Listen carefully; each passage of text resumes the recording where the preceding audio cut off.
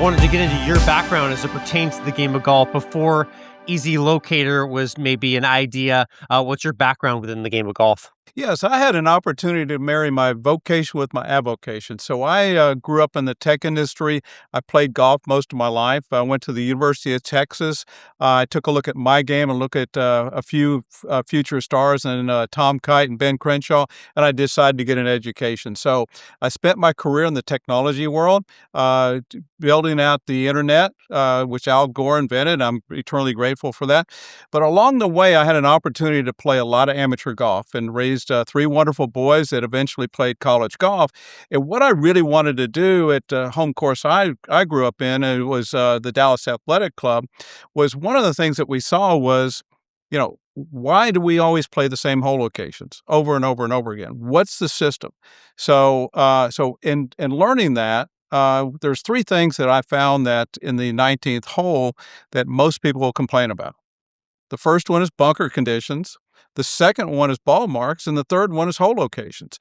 So I got with a friend of mine, and I said, how can we create a system to basically help the superintendent find that optimum hole location? Because he's interested in how does he manage his turf and manage, things that are surrounded by that. But golfers are most important. What they're most importantly is they want to basically have variety. And so how do we manage that? And so that's the genesis of ezLocator. It came out of the 19th hole.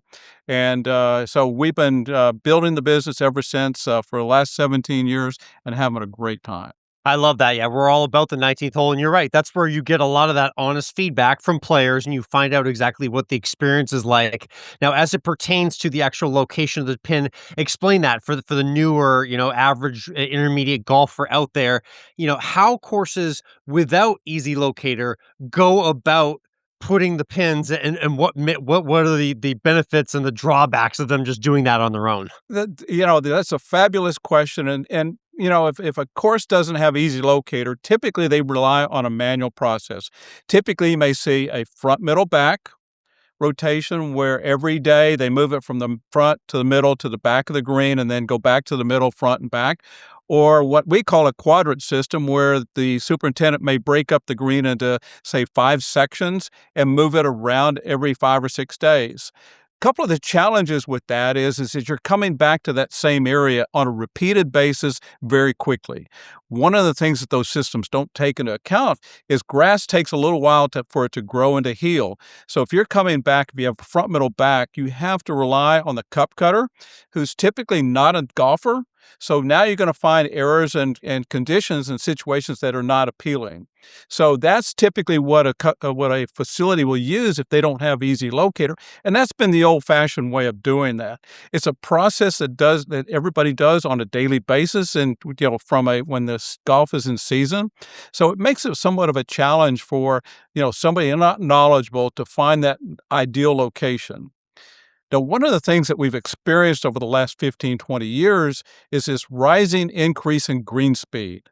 It seems to be a focus on TV lately. Augusta National doesn't publish their green speeds for the Masters, but you hear about these high-end, events such as the tour event that basically happened this past weekend, or the PGA Championship, where they publish the green speeds of 12, 13, or 14. Whether they're actually that or not is up for debate.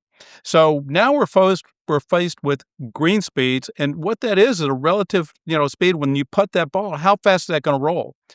Imagine putting a ball in the bathtub. That's kind of some of the things that these guys are faced with on an everyday challenge on the PGA Tour, because they're trying to defend the golf course and make it a putting competition. Well, the average player, wants that kind of environment, but the superintendent is challenged with making sure that he has good putting conditions every day, and it's a huge, huge challenge for them. So it's a balance between growing grass, green speeds, and satisfying the player. So that's where ezLocator comes into play. Yeah, so the technology, let's get into that because this is an interesting space and because you've been working in it now for a bit with ezLocator, it's a fairly old school industry. It's hard to adopt technology like this. Explain what that hurdle has been like for you and what it's like for you, explaining the technology behind ezLocator to these courses that use it. Well, I'm glad you brought up the fact that the industry is slow to adopt. I think the players are much quicker to adopt, but it's the practitioners that is slow, and there's for multiple reasons why that happens, and we're not here to discuss that.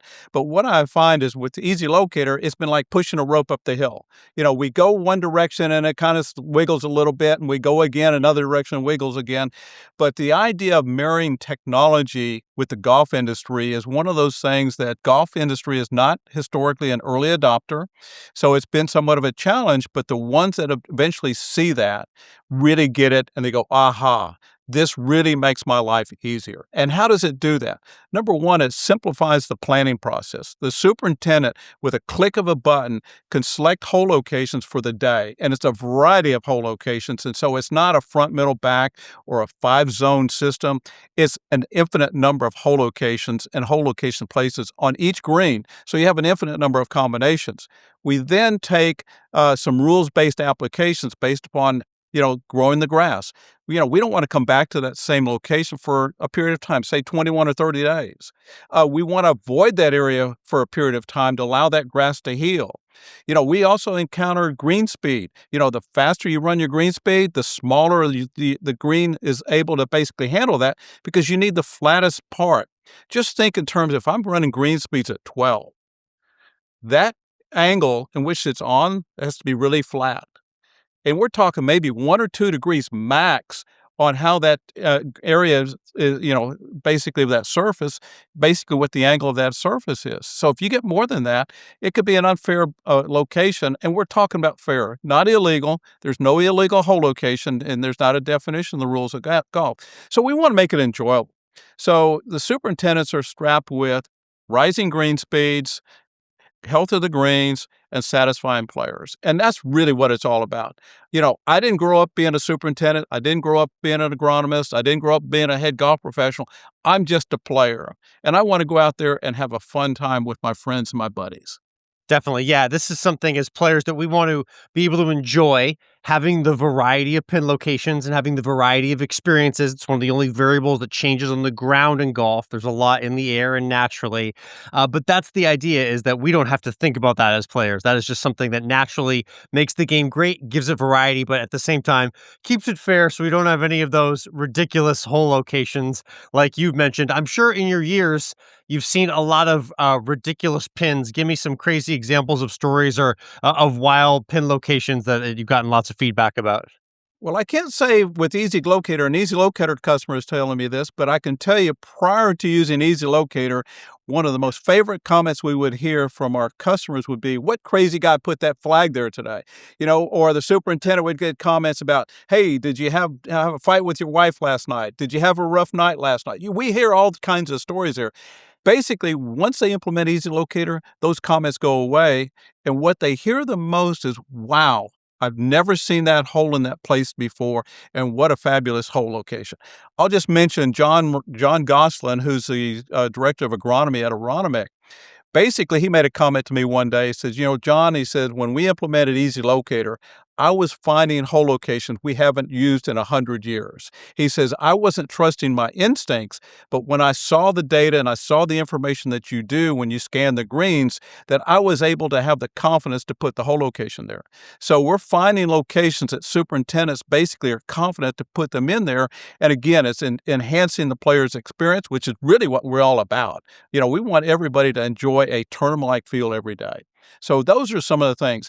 I've seen situations. There was a situation where there was a tournament where one of the hole locations, and it wasn't ezLocator's fault. It was, I don't know whose fault it was, but a number of players were 4 and 5 putting the hole. So it was an embarrassment to the organization. So that's what we try to avoid. We try to avoid those embarrassing situations for the golf professional and for the superintendent. And we want to make sure that everybody, when they get done playing golf and they're sitting in the 19th hole, is one of the things they talk from a positive perspective.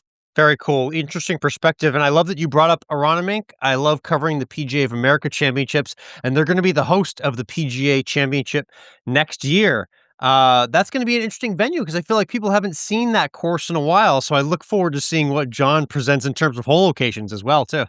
It'll be quite interesting. Aronimink is a big man's course, so it's going to be interesting to see how well the players play that. It's got a lot of history to it. In fact, we're very blessed and very fortunate that we have a lot of top 100 courses in the country. Not only that, also in the world. We have the number one course in Royal Melbourne down in Australia. But one of the things you're going to find with ezLocator, not only do we have courses like East Lake, where they hold the Tour Championship, or Southern Hills, where they've hosted major championships, or LA Country Club, where they recently held a U.S. Open, is that we also, help out daily fee courses. We also help out resort courses. So it's a product that is easily fits into all environments and all budgets and all capabilities.